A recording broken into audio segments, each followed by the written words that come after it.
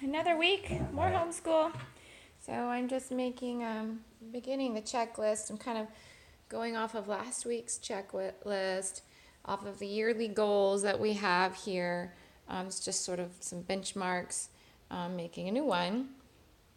And then I add, I'll show you over here. I'll show what you're doing. And then I add, say, like the things that were wrong. See, the cool thing about homeschool is you just don't move on until it's all correct. At least that's how we do it.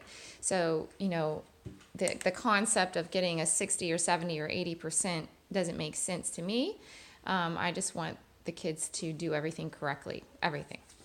So ideally on the first try, but definitely not moving on till they understand. And then we have, you know, wash up. This is the older munchkins, and this is the younger munchkin. So this is some of her stuff from last week. You know, it has to be fixed. Most of these are just little mistakes. This is I think what I do is I just give worksheets, and I don't always explain it. I like for them to try to understand it themselves, and then when they don't understand something, to actually ask a question, which she did not do. But then again, when she does it wrong, then she comes to me and I explain it. So this is the beginning of the next week's work. We got this stuff. So there's that. That's what we're doing so far. And this one, ever since he woke up this morning, has been working on our Creation Crate box that we got. It's kind of fun. You know, I wish we were a little neater here, but do our best. So anyway, he's making this this lamp. It's got a little breadboard and a circuit board, and it attaches to the computer eventually, I think.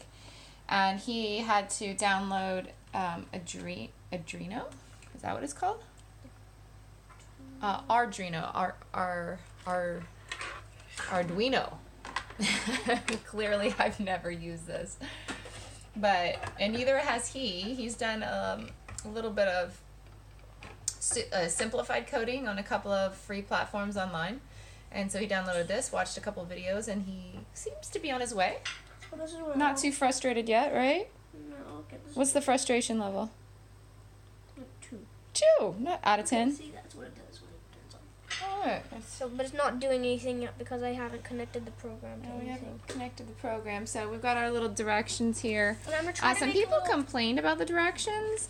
hard. He doesn't find it that difficult. I mean, I think it depends on if you're the kind of person that is good at troubleshooting and reading things carefully. I don't think you'll have a hard time. I think if you need things spelled out extremely simply, then it could be difficult. Like, this isn't very hard. That Let's wasn't look at very this. hard for me, for like this stuff.